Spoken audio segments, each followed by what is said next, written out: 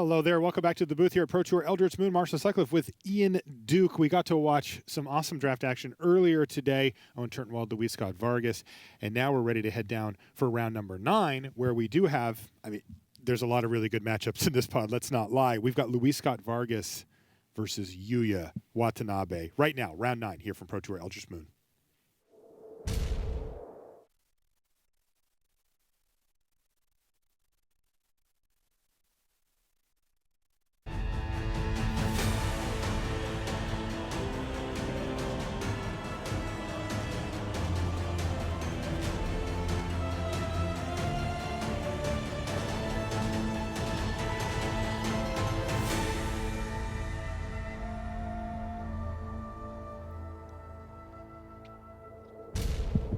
Hello and welcome to coverage of Pro Tour Eldritch Moon. I'm Marshall Sutcliffe in the booth with Ian Duke. We're ready for round 9 action. This is the first round of draft here on day 2 in Sydney. And man, this feature pod was stacked. We've got all of them down in the feature match area here. We're going to start things off with the Hall of Famer, Luis Scott-Vargas. That's right. We got to watch him draft a minute ago, and he's put together a red-green deck. He's not super happy about it. I actually chatted with him, and he didn't love how his draft went. But he does have 40 cards to battle with here, and he's going to take them to battle against Hall of Fame elect Yuuya Watanabe from Japan here. Yuuya is playing Islands and Mountains this time. So let's see how this thing plays out. We've got red-green versus blue-red down in the feature match area, and we'll get underway here. Permeating Mass on turn 1 from Luis Scott-Vargas. Turn 2 play is a Curious Homunculus from Yuuya Watanabe. Powerful card. Now, on the front side of it, it just taps to add a mana you can use for instants or sorceries, which is okay. On the other side of the table, when it actually transforms, though, it becomes a Voracious Reader. And here's Lupine Prototype now for Luis. And you see a little smile, actually a big smile there from Yuuya, who just says, really?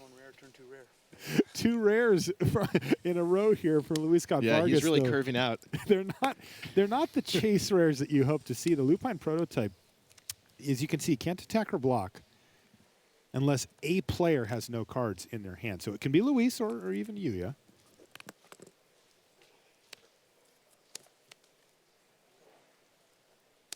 So Luis is going to chip back in there with the Permeating Mass and follow up with, hey, a very good card, Brazen Wolves.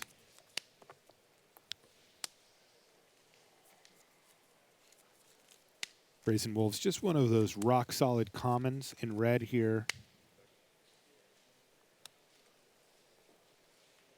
Ready to deal a bunch of damage to Yuuya if he can't put some shields up. It looks like he's got Stensia Innkeeper here, and he's deciding which land it is that he wants to actually keep tapped, and it looks like he's decided on Mountain. And that could actually be a big deal. Luis did not have a 4th land in his hand entering this turn. It looks like he did not pick one up either. You're right.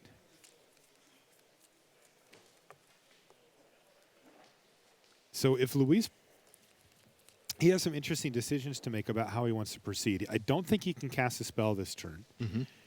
So does he want to offer a trade, Brazen Wolves for Stensia Innkeeper, or does he want to sit back and use Permeating Mass to try to kind of start warping this board around it? He may need to change roles here. He had been attacking with the Mass, but no, he's going to still send in there with the Brazen Wolves. It's got to be tempting for Watanabe to block here, though. It does depend on what his game plan is. Remember, the Prototype cannot attack or block for quite a while here. It's just kind of sitting there doing nothing. Yeah, he's going to go ahead and block. Now, Luis doesn't have a combat trick here, and he's just going to take the trade and knock Yuuya down to 17 before passing the turn with, well, really nothing to do. Fiery Temper off the top for Yuuya shows some of the power in his deck. He's got a nice little list going here. He's got 2 copies of Incendiary Flow and a Savage Alliance. Whoa. That's some serious power in red for the uncommons. And now you can see one of the highlight cards for the blue-red archetype, Mercurial Geists, which can, well, it can hit for 7 damage pretty trivially in a deck like this. Luis does hit land number 4 on his side of the table.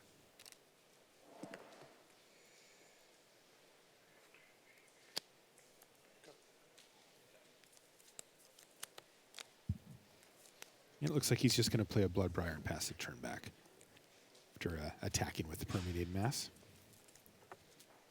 How do you see this game shaping up, Ian? It's kind of in the jockeying for position stage here still. Yeah, it seems to me so far Yuuya is in the driver's seat. I mean, being able to untap with that Mercurial Geist represents potentially a lot of damage, depending on what he has in his hand. And Luis just seems choked on mana right now. He's got some more expensive plays in his hand, a couple of Vidlin Pack outcasts that he can't quite cast yet, and also notably only has 1 red mana, which is keeping his Gold Knight Castigator from being an option right now. Yeah, that Vidlin Pack outcast can do a lot of work against the smaller blockers of Yuuya. You know, it's got Trample, it can transform and get huge. But hitting his land drops is something that Luis, he's going to have to find a land next turn. Meanwhile, Yuuya is just going to chip in there for 1 with the Geists. Great decks. Is that a runaway carriage, I think? It is. Did you hear Luis? Yeah, great decks. Great decks. Hey, this was a tough pod. You know, these players all know their stuff. They're all scooping up the great cards. You're not getting any gifts in the draft portion against the draft pod with Reed Duke, Owen Turtenwald, Luis, Antonio's in this one, Jacob Wilson, Yuuya. It's just an insane pod. And Luis hit it. He hit his 5th land on time, and he gets to play a Vidlin Pack outcast here. Okay, this game is evening out much more than the way it started. As you mentioned a minute ago, he's got another one in his hand, it looks like. And he can just go back-to-back 5 drops. Is pretty impressive. Take it. Dead? Yep. Oh, wow. Luis says, take it. Am I dead? And you know what Yuuya said? Yep. Yep.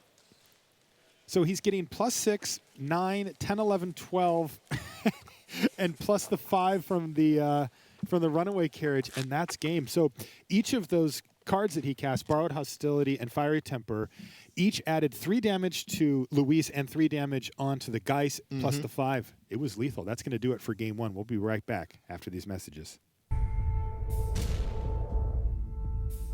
Take on the darkness. Eldritch Moon is now available on Magic Online. For more information, visit mtgo.com. Outfit your Magic collection with the newest Eldritch Moon accessories from Ultra Pro. You can see the full array of card sleeves, deck boxes, playmats, and portfolios of your favorite Magic artwork at ultrapro.com. Oh, flurry of a finish to that first game there from Yuuya Watanabe. Am I dead? Yep. Now we're going to jump over, though, and see Reed Duke and Antonio Del Moral Leon. These players are both at 7-1 in the tournament right now, and we join them in game 1. It looks like only planes so far for Antonio on his side of the battlefield, while Duke looks like he's on green-black. What do you make of the board state here, sort of from a big-picture perspective, Ian? Yeah, just taking a look here. I mean, one thing I noticed is it looks like Antonio Del Moral Leon is just on planes. Yeah, he's alone. missing forests. He is playing green as well. Yeah, so potentially could have a bunch of green cards stranded in his hand. Meanwhile, things looking pretty good from Reed's side of the board here. He has 5 lands. He has both his colors. Yeah, not a ton. Is that a Scavenge Scythe down there?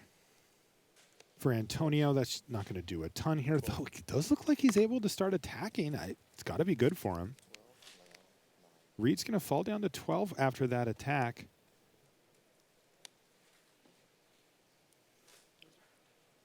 And he's going to play an Emissary of the Sleepless on the follow-up.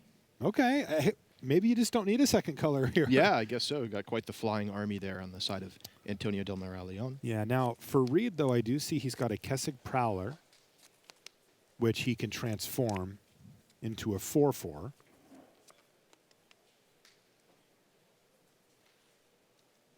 And I think that's an elusive Tormentor he's attacking with right there as well, Ian. So this is a mighty attack as well. The Gnarlwood Dryad I see at the top there. Let's see. Do you have a view? Only 3 cards in the graveyard? Yeah, I don't think he has Delirium here. Yeah, no artifact creatures means no Delirium for him, but he'd be happy to trade off his 1 mana creature for the 5 mana flyer here anyway, so he sends it in. Also, notably, this represents lethal if unblocked. Oh, so he's going to force a block here. Yep, and sure enough, that Prowler transforms. And, you know, this is one of the powerful things about these werewolves that we've gotten out of Eldritch Moon is that you can transform them whenever you want as long as you have the mana to pay for it. Yeah, it just gives you a ton of flexibility and options. Something that great players like Reed and Antonio here are able to really leverage, Now, unfortunately for Antonio, again, he even though this looks like it's played out in a pretty reasonable way, he is missing half of his colors, and he's not splashing green either. I mean, he's playing, I think, 8 forests in the deck. So, yeah, he's playing 8 forests. So we'll hang out here for just a minute, and let's see how this game finishes up. It looks like it got a little close in the middle, but I feel like Reed is pulled away there on that last attack step. Antonio's surveying the scene to see if there's any way out. Likely has some green cards in his hand that have been stranded. 2.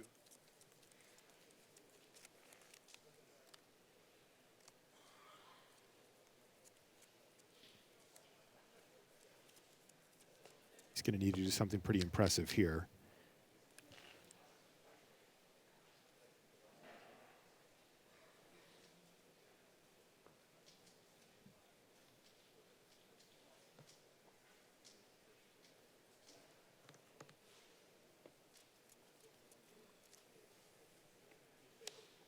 No blocks. No blocks there from Duke. He's going to take a little bit of damage here, but we're going to see Reed Duke probably activate his Elusive Tormentor on end step here.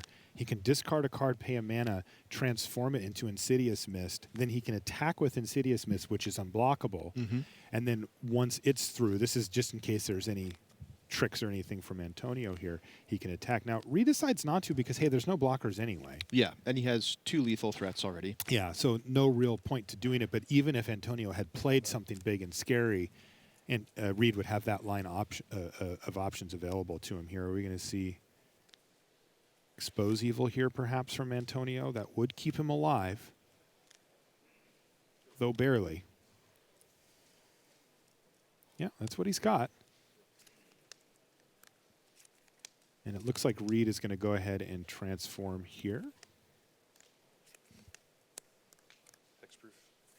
So that turns it into Insidious Mist, which is a 0/1 that has hexproof. It's also indestructible. It also can't be blocked and can't block. But the key here is hexproof. He's making sure that Antonio can't target it and tap it down, and that leaves him with 1 viable lethal threat. Now, Reed is probably going to want to attack with both creatures. There's still a couple of cards that he's going to be slightly worried about here. But once Antonio says no blocks, and we're going to see Reed activate that Insidious Mist, turn it back into a 4/4, and that ought to do it. All right, so that does it. Reed Duke takes game 1, and we can jump back to Luis Scott-Vargas versus Yuuya Watanabe, game number 2. Looked like Luis had clawed his way back into that game after stumbling a little bit on mana, but Yuuya, 1 big punch, and that game ended. Yeah, Yuuya really ran away with that game. Do you think that's prototypical of the way this matchup will play out? Or Yes, I actually do. Not necessarily that Yuuya is just going to run away with everything, but when he does, I think it'll look like that. Terrarian for Luis Scott-Vargas. A little bit of filler for him. I don't think he's actually splashing anything. Although, interestingly, he does not use his Terrarian there. A lot of time, if you see somebody who's using it for Delirium or just as kind of a filler card, you'll see them crack it at the first convenience to get that card back. It's kind of got a card stored in it, if you will. Now, the combo that he's assembled here shows you why, right? He's got a Bloodbriar, and that works well with the Terrarian. So next turn, he'll crack it, draw a card, get a couple of mana, but his Bloodbriar is going to be a 3/4 rather than a 2/3. love it. Now, on the other side of the table, Yuuya Watanabe plays one of the more powerful uncommons in the blue-red deck, maybe even just the best, synergy-based card, which is Weaver of Lightning. Wow, but he blocks with it, and Luis has Rush of Adrenaline as a combat trick and a second Bloodbriar with the Terrarian he's going still off. out. This is crazy. Oh, that's a huge swing for Luis.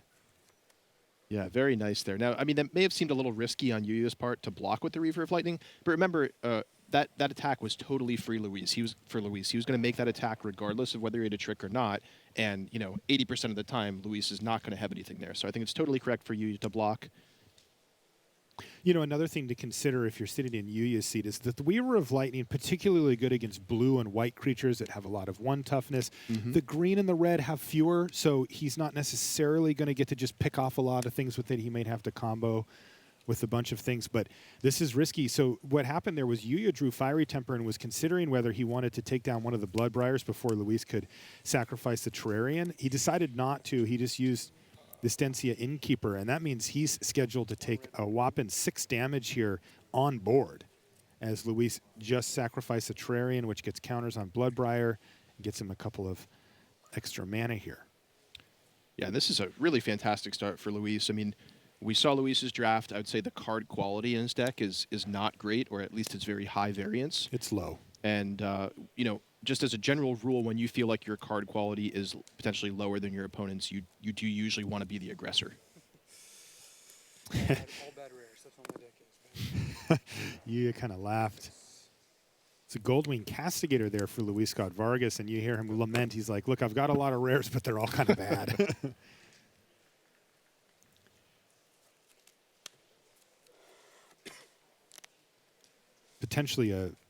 Potentially a huge liability against Yuuya. Yeah, although the way this game is playing out, I mean, Luis is firmly in the driver's seat here, being very, very aggressive, and Yuuya not representing a lot of damage on board. So I would not be surprised to see that Gold Knight Castigator come out next turn and just see Luis cracking in for a ton of damage. Yeah, and I think that's the correct thing to do, right? You don't want to play scared here, because if you're in Luis's seat, you know that your deck isn't amazing, and he's going to need certain things to happen to win the match. And that means taking on extra risk sometimes. And that easily could mean, just running it out there and saying, hey, if you come up with something crazy to kill me with it, then you did it. But beyond that, I'm jamming, we're attacking. I'm going to put you behind, and you're going to have to react to me. I will say, though, the blue-red deck is probably the scariest possible opponent for a Goldwing Castigator. Yes. We saw what Yuuya did last game without one in play. And, I mean, look, there's a Fiery Temper in hand for Yuuya, for example.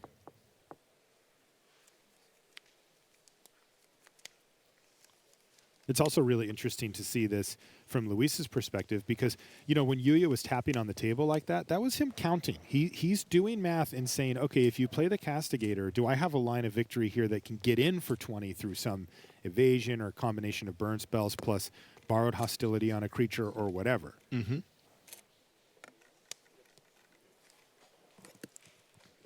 And you can see here that he is starting to get the damage in, even though it didn't look like he was in a great race situation. And he's just going to follow up with a Laboratory Brute. So not an exciting play, but if Luis does decide to play the Goldwing Castigator, that could open the door for Yuuya to find a victory. The question for Luis is, does he need the Castigator to win the game from his perspective, or does he have, like, if he goes land Vildenpack Outcast, hey, no problem, but the Castigator, and look, he did not cast it. Yeah, what we might see is him waiting until the final turn to use the Gold Knight Castigator for just the extra damage on the final turn when it's safe to do so, knowing that there's no attack back from Yuuya there. And Luis does add a second copy of Terrarian to his battlefield, really going off here with the double Bloodbriar, double Terrarian draw. Who says you can't draft combo decks?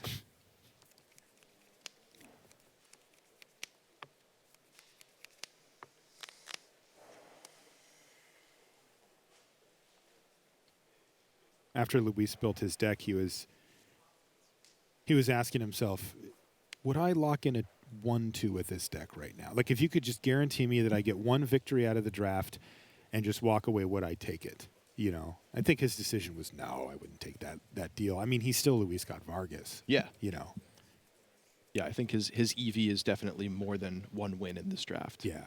Despite him not being super happy with his deck.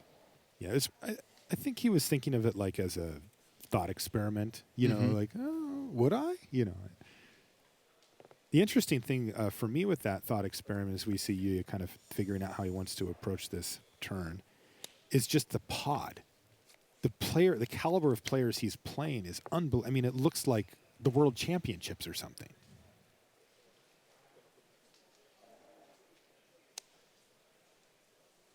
I believe that's a Convicted Killer. Yeah, it's a Convicted Killer for Yuuya. Really a pretty anemic opening here for him. I mean, he's played two 3 3s for 4 mana with marginal upside, and now on the 5th turn or 6th turn, he's played a Convicted Killer, a 2/2 for 3.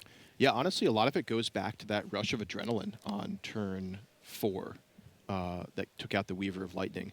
Had Luis not had that Weaver of Lightning would just be sitting there blocking every turn, holding off that Bloodbriar. You would be at a much higher life total and would be much more well prepared to race against the Gold Knight Castigator should Luis choose to play that. Now, one thing that's really important to note here is Yuuya Watanabe has a copy of Sleep Paralysis in his deck.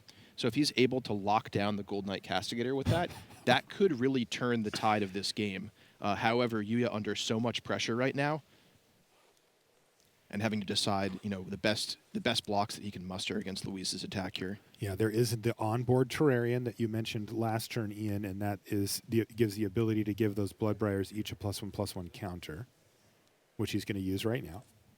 Of course, that draws him a card as well. Whoa, he just drew Fiery Temper off of that. Oh, man, Wow. That was a nice draw.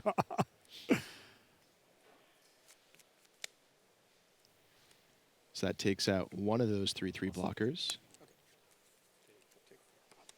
And then Borrowed Hostility, it looks like it's going to upgrade to make sure that a trade happens. And yeah, you were totally right, Ian, about that, describing Luis's line. I was saying, well, maybe he doesn't want to play the Gold Knight Castigator. And you said, I think he's going to wait till the last minute. That's exactly what he was setting up there. And as it turns out, he didn't even need it. Luis Scott-Vargas takes game 2 with the creative curve out, shall we say. Now, we've got on one of our side tables, Owen Turtenwald has defeated David Schneier from Canada. Owen 8-0, the lone 8-0 coming into today, and David Schneier was 7-1, and he's defeated him 2-0 with that blue-white deck that we saw him draft. All right, let's take a look at Brian Bronduin versus Jacob Wilson. Both players at 7-1 with Jacob Wilson up a game in the match as we join in. And whoa, Ian, we've got a pretty well-developed board state between blue-black and black-red, it seems. Let's see if we can start making out what's actually going on. I see 2 copies of Midnight Scavengers there for Jacob, so it looks like he's been on the grind a bit, maybe buying back creatures and developing his board out. I also see a Distended Mindbender for Brian Bronduin, which maybe helped stem some of that card advantage on his side. So it looks kind of even. I don't see any obvious attacks here, at least. Though we might have come just at the right time to see some flurry of action. We'll hang out and see what happens while Luis and Yuuya get shuffled up for their match, or for their game 3.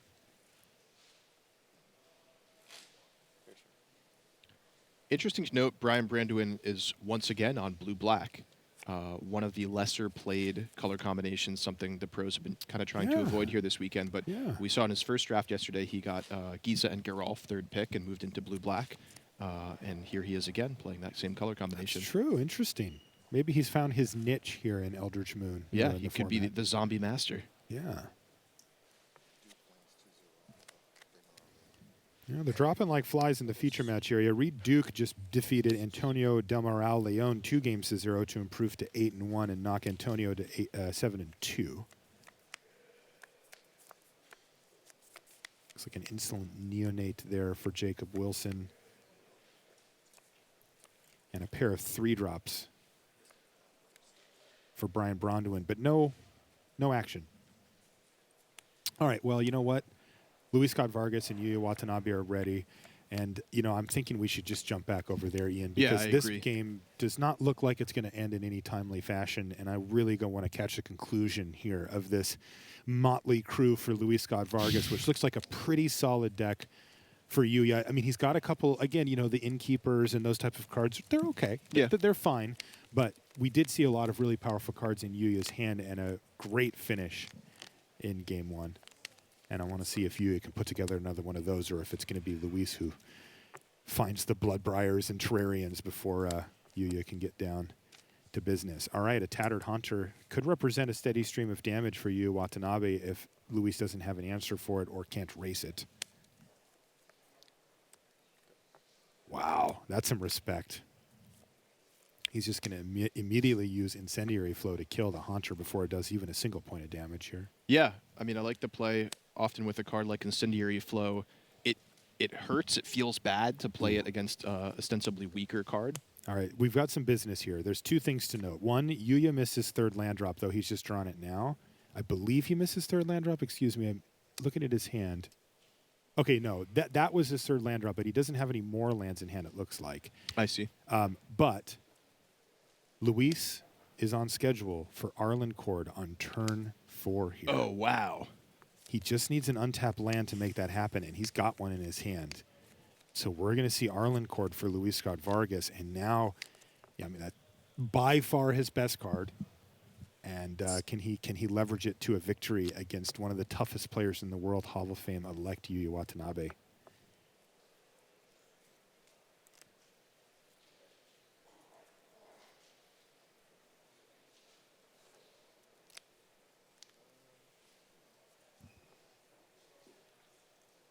Luis is planning out this turn.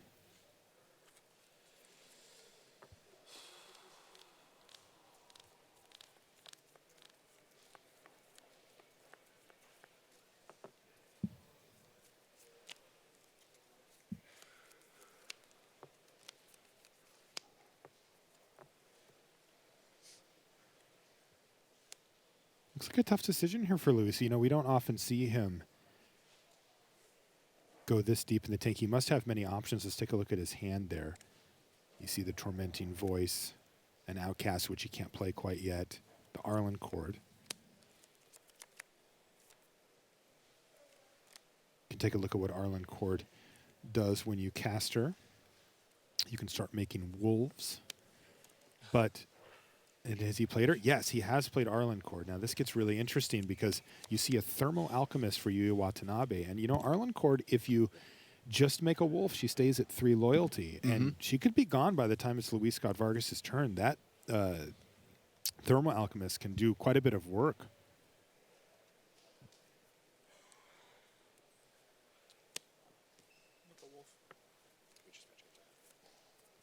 He's going to go ahead and make a wolf, which is the 0 ability. It's going to transform Arlen into Arlen, embraced by the moon. And you can take a look at what she does there.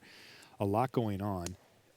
The most powerful one, though, is -1, which is going to be doing 3 damage to a creature or player, and then you're going to transform her back. And getting rid of that Thermo Alchemist would be great. Basically, if Yuuya has an instant or sorcery here, he can kill Arlen. Yeah, and taking a look at Yuya's hand, does have a copy of Geist Blast as well as Savage Alliance. So he's got instants and sorceries to spare here. So 3 of his 4 cards are castable instants and sorceries. So it looks like he will be able to take out Arlen this turn. The question is, how does he sequence the rest of his turn, and what does he do? Which instant or sorcery does he cast?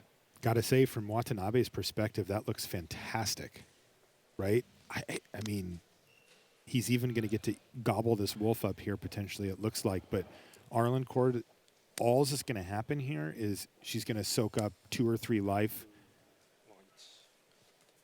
and make a wolf. Oh, and Savage Alliance is going to take down the Bloodbriar, and Luis loses his entire board. Huge play there from Yuuya.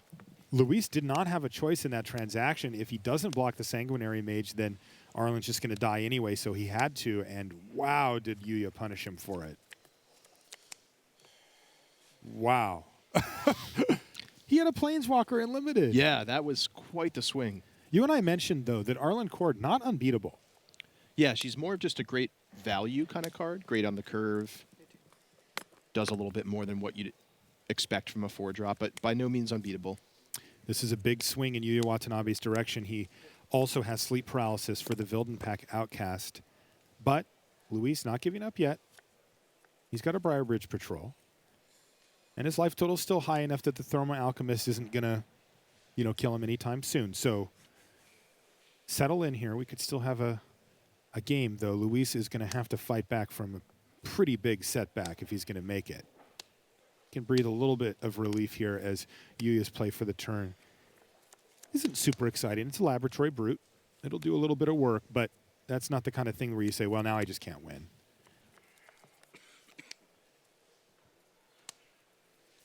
So Luis also has in his hand a Tormenting Voice. He's also drawn a land, which he probably doesn't need here. So we may see him fire that off if he doesn't have something better to do. Rush of Adrenaline and Borrowed Hostility are fine combat tricks. And yeah, there goes the tormenting voice. But he needs to find some board state here, and that's what he's going to be digging for. He found a Brazen Wolves, it looks like.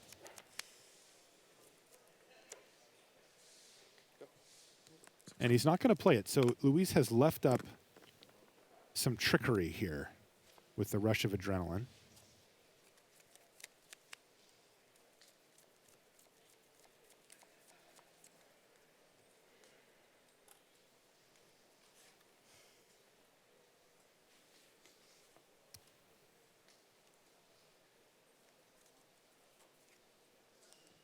It was a grapple with the past that Luis also drew off of that tormenting voice, and you can see that he's going to play it now.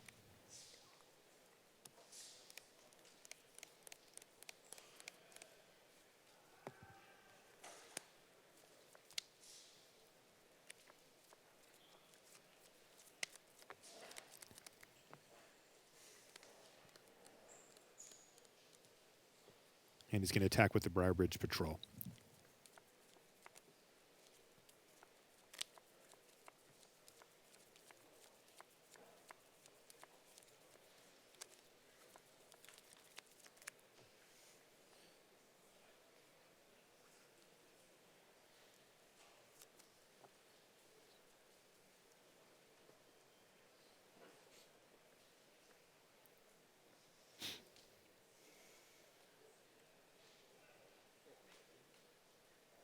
So Luis is attacked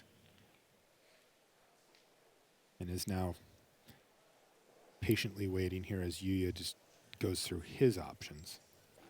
He wants to know how many cards Luis has in his hand, and the answer, 5. Wow. Yeah. So he's going to kick things off with Thermo Alchemist. And it looks like he wants to just go for it here and fire off the Fiery Temper. Now, this is not without risk. Mm-hmm. If Luis has a pump spell that pumps toughness, which we know he does there with the rush of adrenaline, then it's not going to actually kill it. And Yuuya is going to have to decide whether he wants to take a bunch of damage, prevent some clues from being made, or if he still wants to trade off. Right, and wisely, Yuuya has done this after Luis attacked, but before blocks have been declared. So he still has the option to block with, say, a 1-power creature, or whatever his most disposable creature is to still finish off that patrol. Looks like Yuuya is deciding whether he wants to block with Sanguinary Mage or maybe even just not block.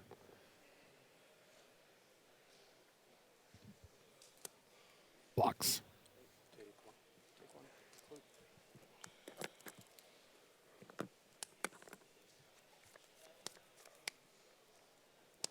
Now the patrol does get in for 1 trample damage there and also generates a clue. So Luis is going to be pretty happy with that transaction. It was a 2 for 2, but he got a clue out of the deal. Yep. And Luis follows up with a land and Vidlin Pack Outcast. The Vilton Pack Outcast, yeah. Mm-hmm. Meanwhile, Laboratory Brute has had enough time in the lab and is ready to rumble, so it attacks. A bold attack.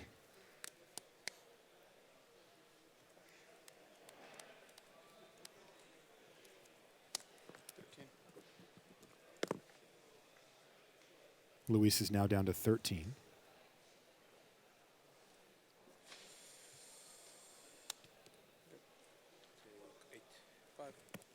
And this is Uncaged Fury. Wow. +1/+1 a double strike. Wow, so that's 8 more. So, wow. So Luis is now down to 5. And, we were talking about that Thermo Alchemist earlier. Yes. That's a problem. Luis is now going to be very worried about that Thermo Alchemist because he's got to get Yuuya from 19 to dead before that Thermo Alchemist kills him. And hey, he's getting there. Brazen Wolves plus Lupine Prototype with only 1 more card left is going to do it. But we see the Geist Blast from Yuuya Watanabe targets Luis Scott-Vargas. And when we've got a Thermo Alchemist out, that's plenty. Yep, that's another untap, another damage, and then on Yuya's following turn, he'd have that final point. And that did it. Yuuya Watanabe defeats Luis Scott-Vargas to improve to 8-1 in the tournament. By the way, our 2 Hall of Fame elects now have a combined 1 loss between them. Yeah, amazing. As we've come into the early stages here on day 2. Luis is now 7-2, and he's going to have to try to scrap together a couple of wins. with this draft deck before returning to Standard, where he's brought back company. He's quite comfortable with that deck. So, great round down there. A lot of action. This draft pod was completely absurd. You know, we ran down the feature matches that they hand us, and they just grabbed the whole draft pod. And the names were Luis, Reed Duke, Brian Bronduin, Owen Turtenwald, Jacob Wilson, Antonio Del Leon, the one that won the Pro Tour, Yuuya Watanabe, and then David Schneier, who I haven't met yet, and I feel a little sympathy for him. An intimidating pod, to be sure. I mean, can you imagine looking down? We had a wide shot of the actual draft itself, and it was on Luis, and then it was like, oh, there's Owen, and there's Reed, and Yuuya, and like all in a row, just waiting the to snap it literal up. murderer's row. Yeah. Well, not the literal figurative. You know what I mean. I think literal means figurative now. But yeah, fantastic pod. We'll be keeping up on that, of course, as we move through day 2 here. And we've got 2 more rounds of draft to bring you, and then we're going to finish up in Standard and work our way to our top 8. Let's send it over to the news desk. Henry Chagan. Thanks very much, Marshall, and thanks to Ian Duke there with the call on the first round of draft right now. 2 rounds still to go. Now, Draft Master, we're closing in on the last rounds. 3 rounds to go. Shota Yasuoka lost. He stays on 48 points. That is not good news for him. If Carvalho wins, Marcio Carvalho of Portugal, this round, that eliminates Yasuoka from Draft Master. Matej Zatlkai is statistically out. He lost his first round this morning. He remains on 45 points. Matt Sperling is one of the 45-pointers who could theoretically end up Draft Master with a 3-0, but they would need Marcio Carvalho, the pace setter, to go 0-3, and Christian Calcano, who has a 4-point lead over them, to not catch up. No result yet for Carvalho, no result yet for Calcano, no result yet for John Finkel, who is in 3rd place at the moment on 48 points. But right now, out on the floor, one of the back tables in the feature match area was Jacob Wilson against Brian Braun-Duin. Don't have a result for that, but BDM does, because he's ready with the winner. BDM, who are you talking to? Thanks, Rich. I'm here with Jacob Wilson. Jacob just won his round against Brian Braun-Duin. Jacob, what was going on as you sat down at that draft table and you looked around? Well, it's definitely a tough table. There's a lot of Hall of Famers, Platinum players, like basically a lot of the best players in the world, and this year's Hall of Fame class as well. But, anyone can win in draft, and I think my draft went pretty well, and I'm comfortable playing Magic like always. What did you end up drafting, and what was the direction you wanted to go in at that table? Going into the Pro Tour, I was gonna have a high preference for black-red, and I think red is the best color in Eldritch Moon by far. So there's a pretty good green card in the first few picks, but I picked a worse card over it just because I had a big commitment to black-red. Okay, and then how would you? What are your goals for this weekend? Where do you want to end up? I mean, aside from obviously winning the Pro Tour, but what were your goals coming into this event? Well, coming into the event, I had 40 points, so 11.5 would give me a platinum exactly. And if I top 8, I'll probably qualify for Worlds, and I'll probably be Canadian captain as well. But Pascal is still in the tournament, and Hayne is still in the tournament as well. But yeah, like you said at first, my goal is always to win. That's like before I eventually stop playing Magic, I want to win a Pro Tour. All right, well, I don't know how I feel about this now because I like having you at tournaments, but I want to see you win. You've given me quite a dilemma, Jacob Wilson. Sending it back to Rich at the news desk. Thanks very much, BDM. So results pouring in from around the tables. Owen Turtenwald leads the Pro Tour at 9-0. If he keeps on winning in draft, he's going to open up a 5 or 6 point lead on the field as we head back into Constructed. He's going to be very close to the top 8 by lunchtime, but he has to keep on winning. He is, though, the sole undefeated player at 9-0. Reed Duke is 8-1. You've just heard from Jacob Wilson at 8-1. You've just watched Yuuya Watanabe get to 8-1. Ken Yukihiro of Japan, he's just a little bit further back, only 1 defeat, but he has a draw, so 7-1-1. And then amongst the 7-2s, you've got Brian Braun-Duin, you've got Even Flock, worth mentioning because that's, of course, someone who was in the Hall of Fame conversation, but people felt maybe he didn't have quite enough Pro Tour top 8s, while he at 7-2 is trucking along nicely towards a possible another Pro Tour top 8 for him. Valentin Mackel, 5-0, 5-2, now 7-2, so Mackel back on track for Austria. And Steve Rubin, still in the mix for Player of the Year, potentially 7-1-1. No news yet on Seth Manfield, came in at 5-3, needs to try and get as close as he can to the top 8 to make it harder for Owen Turtenwald tomorrow, if indeed Owen Turtenwald, as we suspect he may, makes the top 8. All right, well, you saw Luis Scott-Vargas in action. He's best friends with Paul Cheon. The two of them came in this morning to talk to us about their day 1 and their hopes for day 2. I'm here with Luis Scott-Vargas. Luis, fantastic day yesterday. Walk us through it.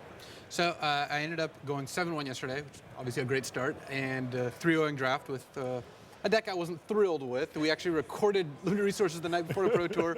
This was not on the list of decks we talked about drafting. The old white-red mid-range. No, but you found a way. Yeah, I did. And then went 4-1 in constructed playing Bant Company, which I know is the bad guy. I know that everyone's like, oh, more Bant. But hey, I think the deck is great. And when it came time to choose Bant Company, what was the process there for the team? So basically, our team, Team Channel Fireball tested with Team Ultra Pro again. We had two decks. We had the Blue-Black Zombie Madness deck that a bunch of the guys played, and then we had Bant Company. The people who kind of just didn't think that the Zombie deck was the right metagame call, because it's a really targeted deck. It's great against Bant, like almost can never lose, and very good against Green-White. Well, we didn't think there was going to be enough of those decks. We thought Black Control was going to be overplayed, and it was. There's tons of Lilianas in this tournament. So we played Bant, which we think is good against basically everything. And playing it out, how's it been? It's been fine. Yeah. Our win record with Bant was like above 50%, but not a ton above, which is just not inspiring. But, it's a deck that has a shot against everything. I wish we didn't play Jamoka's Command in our main deck, which is a kind of extreme statement, but there aren't that many people playing Bant this tournament. Now, a little bit bigger picture here. You've top-8'd the last 2 Pro Tours and could top-8 a third in a row here, especially with such a great start yesterday. Does that enter your mind as you head into day 2 here? Oh, definitely. I'm thinking about it. It's the same thing I will say, which is when I sit down and play my match, I play my match as if I was, whether I'm 4-4 or 8-0, it doesn't matter. But when I'm not playing my matches, I'm thinking like, back to back to back would be pretty nice. So yeah. I'm just hoping that this is just like the one day that I get lucky. Yeah, you've constantly been asking to just run average. Yeah, if I just run average, then maybe I'll top 8 another. Careful what you wish for. Yeah. Good luck today, Luis.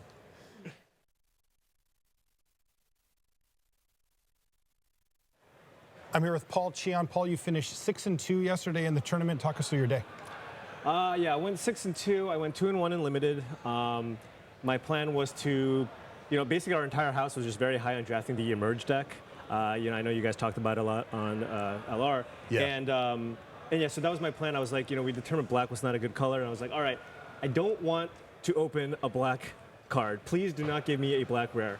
Open my pack, I see Liliana staring right at me. And I'm just like, that card's so good. Yeah, and we, when we did our limited meeting, I'm like, oh, this card's really good. Okay, well, I gotta take it. You gotta be flexible, good drafting 101. You gotta take. So I take it, and then I just look at all the other black cards in my packs. And I'm like, these are all so bad. I don't know what I'm gonna do.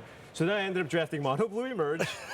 With one Liliana in my deck. Liliana in there? 10 islands, 7 swamps, no big deal. Oh, that's great. She was great. Yeah, she was great. So yeah, that was my draft portion, and then I went 4-1 in standard. I played Bant, mostly because the other deck would have been a horrendous choice. This was the blue-black deck? Yeah, the blue-black zombie deck. It was really cool. Like in testing, it was doing really, really well against Bant. It was crushing Bant, like over and over again. And every time you just pick up all these wins, you just start feeling really good about yourself. And then we tested against other decks. We played it against black-white control, couldn't win. Tested it against black-red control, couldn't win. Tested it against goggles, couldn't win. And we were like, all right, no. So if my opponent doesn't play, a Lumbering Falls in turn 1, you can't win. I did not want to have that feeling, so I, the kind of the old, if you can't beat him, join him type thing, and I just decided to go with Bant. Now, on a personal level, what were your goals coming into the tournament, pro points wise? Basically to not embarrass myself. The last Pro Tour went very poorly for me. It was really, really disappointing finish. So I really wanted to kind of just make sure I put up a good finish. I'm not really playing for a whole lot for this. You know, I'm locked for gold. I have 31 points. I'm going to get 34. So I need to top 4 to hit platinum. Top 4 for platinum? Yeah, so that's not a realistic goal. You know, I mean, that can happen if you get lucky, but it's not really something that I'm just like, all right, well, I'm just going to top 4 this Pro Tour. So, you know, I just want to help out my team as much as I can and try to put up a good finish. And yeah, just once again, I needed to do better than the last one because I felt really, really bad about that last finish. All right, well, you're off to a good start. Good luck today, Paul. Thank you.